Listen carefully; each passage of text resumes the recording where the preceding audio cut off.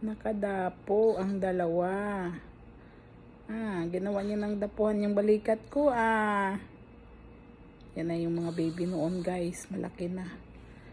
Ano na sila? 47 days. 2 buwan na din sila, guys. Kasi nung kinuha ko sila sa ano nila, yung sama parents nila, mga 2 weeks na yun sila doon. Tapos kinuha ko sila ngayon. Ako na hand feeding sila. Tapos ano na sila sa labas, 47 days na sila na hand feed. Ayan. Ayan sila ngayon, guys. Pero yung isa, guys, nagkasakit kaya namatay. 3 din dapat sila.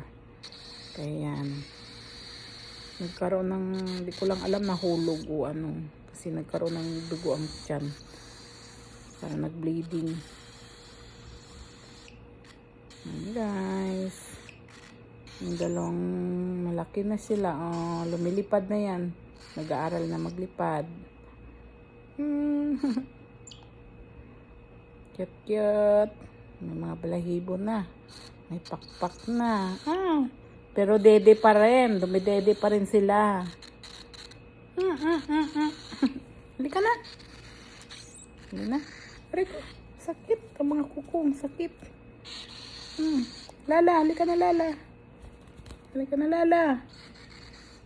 Lala. Aray ko. Umakyat na sa tuno. Lala. Dali lang, kunin ko mo si Lala.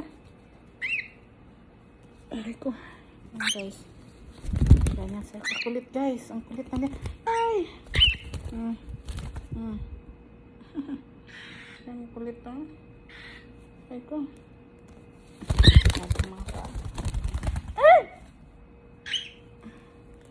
Sakit ng mga kuko. Grabe ang talim.